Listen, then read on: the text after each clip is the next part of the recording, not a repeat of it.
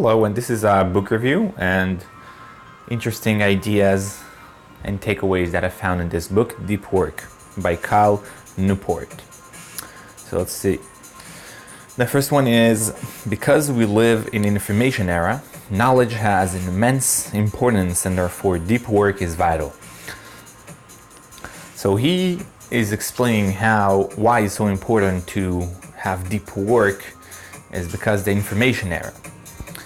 And everyone is using, or the way people work is by multitasking and moving from task to task, which is not good. And not only not good, when there is a lack of deep work. So if you know how to do deep work, you have advantage over other people. Next one is, a very important skill is to learn hard things fast. And I found it interesting is that this is very important, especially these days, because there is new tasks that you need to learn all the time. So when you know how to do it fast, that's a very important skill to have. Next one is, the future belongs to people that can work creatively with intelligence machine. So there is the problem with what's the future job, or what's the best job to have in the future? That's a hard question. But what thing we know for sure, and that's what he claims in the book, is that the future belongs to the people that can know and can work with intelligent machine along with them. So if you can beat them, especially with AI and all that growth with AI, and we'll take after jobs, so it's really important to work with them, to know how to use them to your advantage. Next one is, to learn how to think quickly, we need to focus on one thing at a time in order to strengthen the neural circuit. So that's what he claims there. So if you want to learn things quickly, we need to be focused, because when we focus, that's what he claims, and he has some studies to support that idea, is then when you're focused on one thing at a time, the neural circuit that transfer that information in your brain getting more stronger, and therefore you will more likely to develop good understanding of that task that you're trying to learn. Right, the next one is attention residue. When switching between tasks, multitasking, it takes time to fully adapt to the new task. So there is a thing that calls attention residue, and this is when you switch between tasks, when you're doing multitasking, in other words, and it takes time to fully adapt to the new system. That's called attention residue, the time it takes to adapt. Because people say, "Yeah, I'm very good at switching between tasks and transforming myself," but there is attention residue, and they checked it, and it takes time. I claim, I do have, that's my claim, that's beside the book. It doesn't said, it's not in the book, but what I'll claim is that if we learn how to do that, if we learn how to overcome this attention residue, in other words, and maybe that's some kind of a skill, and we can learn how to go very fast from task to task, that's the best way, because the world is going more towards multitasking. We don't have time to be fully focused on one thing. So if we learn how to go very efficiently from task to task, that's a very good way. And this is, I think, and this is what I disagree about in this book, is I do think that's the right way to go. So he claims that deep work, that's the right way, but I think if we know, and if we'll be able to master that multitasking, that's the future. But that's regardless. All right. Next thing is, today's work environment, busyness mean productivity, and therefore people are trying to seem busy. So what he says is that in today's work environment, busyness is what important. So when you're busy, means that you're doing something, you're being productive, even though it's not like that. And what people trying to do is they trying to seem busy because other people think they're being productive, instead of asking for a different kind of measurement, not busyness.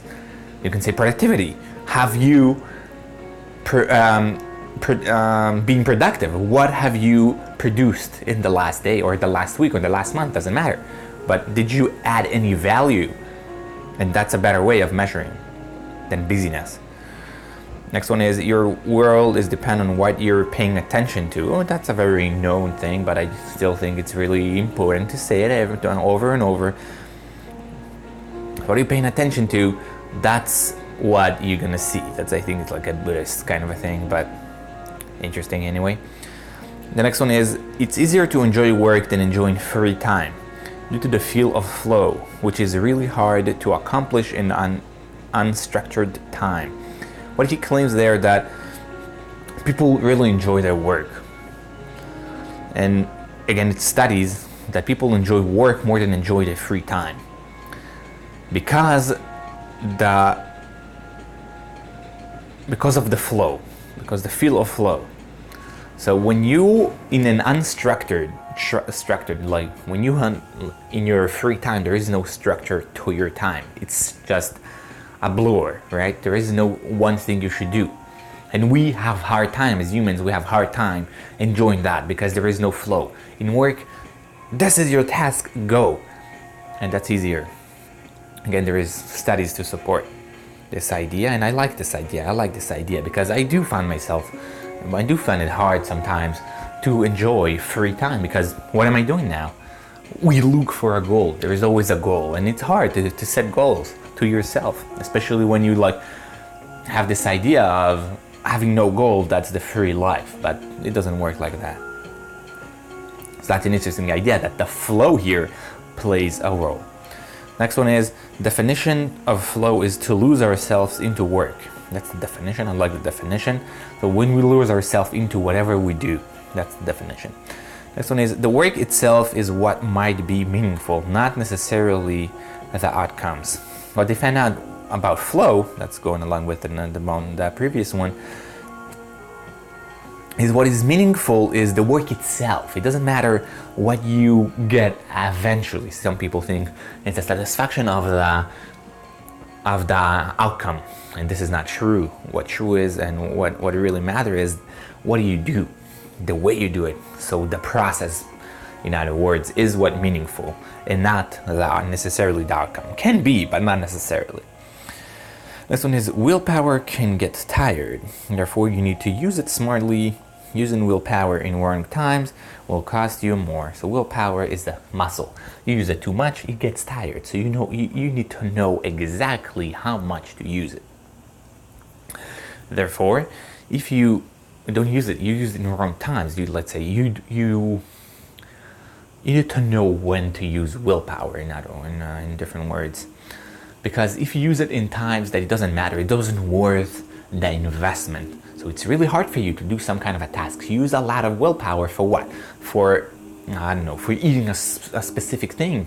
Using a lot of, or not eating a specific thing. Use a lot of, like half of your willpower. That's a waste of money. In other words, willpower. So let's convert willpower to money. So you're wasting a lot of willpower here, or a lot of money, just for silly thing. Next one is don't wait for inspiration to come. If you will wait, you will reduce your workload significantly. So some people think I wait for inspiration to write my essay or to write my book, but inspiration doesn't come, and he claims that from experience, I think. And if you will wait, you will see that your workload is reduced because it doesn't come mostly. Maybe it will come every once in a while, but mostly it's not that present. Next one is when needing deep work, working in a new place can work miraculously. So I feel it too sometimes when I want to work, go into a different environment. I don't remember the reason, but working in different environments, I don't think maybe it even claim that there is a reason. But working in different environments can really upscale your creativity or deep work. So it's much easier to focus when you're in different environments, especially novel environments. Maybe have like theory that you're in a different environment, you're more with yourself. You don't want to, unless you're engaging, but everything is foreign, so you're just focusing in yourself. There's no other thing to focus on because you don't want the other things. You just want to focus. That's my theory again. My theory, not in the book. Next one is time off work lets your unconscious brain to work on a solution instead of the conscious mind. I read this thing and also in different books that the unconscious brain know how to solve problems by itself. You just need to let it time, especially what helps is REM sleep. Really helps that, but this is not what he claims in the book. But just generally have time off work, and this is why he said it's important to set time off work, that you don't do things that are related to work. It doesn't matter what, because the unconscious brain can solve more complex problems that the conscious brain cannot solve. Also in different ways. All right, next one is walking in cities' streets. VS nature has an impact on our attention span and can cause attention fatigue. Nature charges you while the city causes attention fatigue. So that's really important and idea that they checked it. It's from studies. They did some studies. So walking in cities, streets versus nature will have attention fatigue.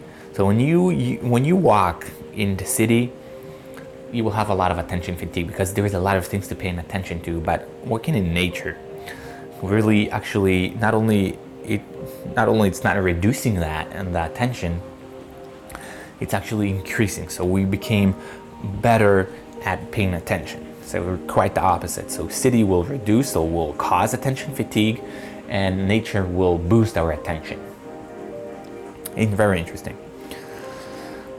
Next one is practice deep work.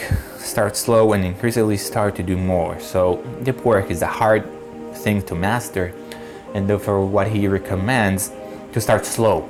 Don't go all the way. Start slow with like any other trait or any other skill you're trying to master, as try slowly, piece by piece. Don't go all in, because that's gonna be too hard and you're gonna get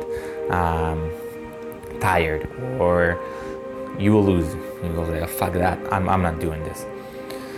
All right, the next one is deep work meditation. Take time off work on a specific problem. Only one problem, preferably while doing physical activity. I like this idea of deep work meditation. So take time off. He recommends doing that while doing physical activity, and think on that specific problem you're trying to solve. Only that problem. Every time you drift off, go back to that problem and try to solve that problem. If you do have that problem, if you don't have a problem that you're really trying to solve, don't do it. But if you do have, that's a very good way to do. To take time off work to really help in times of physical activity to solve this problem. Next one is, in order to save energy, your brain will take you in loops when thinking about the same problems. I really like this idea. So sometimes we find ourselves when we're trying to solve a problem and we see that the brain is going in loops. Instead of solving the problems, we like thinking on the same solution over and over and over again. And this is what he claims is that this is because your brain trying to save energy. All right, we already have this circuit in your brain. Why not using the same circuit? Why open a new circuit if you already have a solution? So he will take you through there, and the idea is that you want to drift out of this circuit. Next one is, in order to memorize sayings, we need to be very focused. So that's a very good way to remember things, is to be very, very focused on what people say, and that's the way to remember that better. Next one, in order to memorize a deck of cards, we need to connect to a scene. Try to connect between numbers to objects, faces to people. So there is some people that can memorize a deck of cards. That's really important, for some people anyway. And the way to do that is we need to connect it to a scene. So every number we need to connect. So numbers to objects. So for example, ace, it's a cup. And then a table, it's 2, etc. And faces to people, that's easier. So like the queen is like your aunt, whatever, your mom. So things like that, and that's a really easy way. So you make like some kind of a story that connects everything, and that's an easy way to remember the deck of cards. Because we're not good at remembering objects, we're good at remembering stories and objects. The next idea is use the 20-80 rule to productivity. Try to invest in higher returns over small ones. That's a really interesting.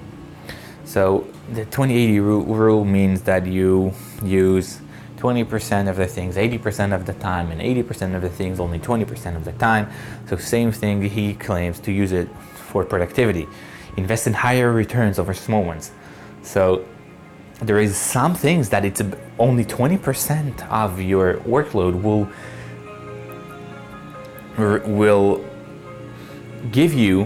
return 80% of your income or whatever you're doing. So let's say 80% of the work you do will give you 80% satisfaction. So you need to find those 20% that will give you 80% satisfaction over investing in 80% of the workload that only will give you 20% of the satisfaction or any other, or income. So 20% of your job will result in 80% of your return. So you need to know where to navigate or where direct the productivity. Next one is don't use the internet as a cure for boredom. That will teach us to not concentrate and always fall for the default. Internet. So when you use internet as a cure for boredom, it will teach us to not concentrate, because we need to know how to concentrate, and boredom is one way to do that.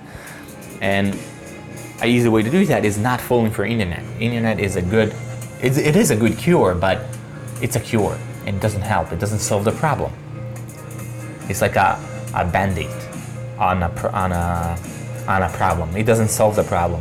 It just seal it for now, but not solving it. Right, the next one is working less hours means that the workers evaluate the time and does not waste their time because there is a lot of time.